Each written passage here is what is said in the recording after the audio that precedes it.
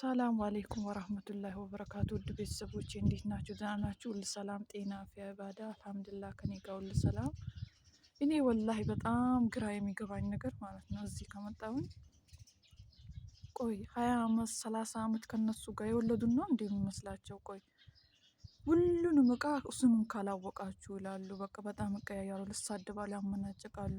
እኔ ጋር ብቻ ነው ወይስ እናንተም ጋር ነው?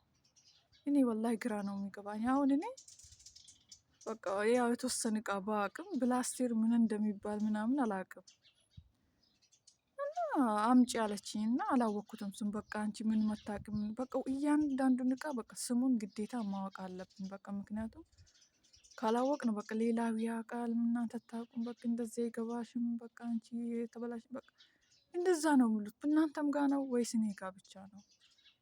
እቃ የሆነ እቃ ማታውቁት እቃ ስተልካችሁ ሰምታችሁት ማታውቁት እቃ የመጀመሪያ ጊዜ ስትጠየቁ አላቅም ስትሉ የሚሰደቡት የሚቀያየሩባችሁ እኔ ብቻ ነኝ ወይስ ሁላችሁም ጋር ነው? ወላይ በጣም ግራ ነው የሚገባኝ ማለት ነው። እና ምንም ስሙን ያላወቅኩትን ነገር አምጪው ምናምን ሲለኝ ግራ ይገባኛል።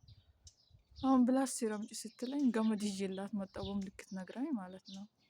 ገመድ ይዤላት ስመጣ በቃ ሊትበላኝ እንዴት ይሄ ነው አትገባሽም፣ በቃ አንቺ መቼም ምናምን በቃ ብላ ወላሂ እያመናጨቀች ማለት ነው። እና እነሱ አሁን አማርኛ ተናገሩ ቢባሉ ወይስ ሌላ ቋንቋ አውሩ ቢባሉ ያወራሉ?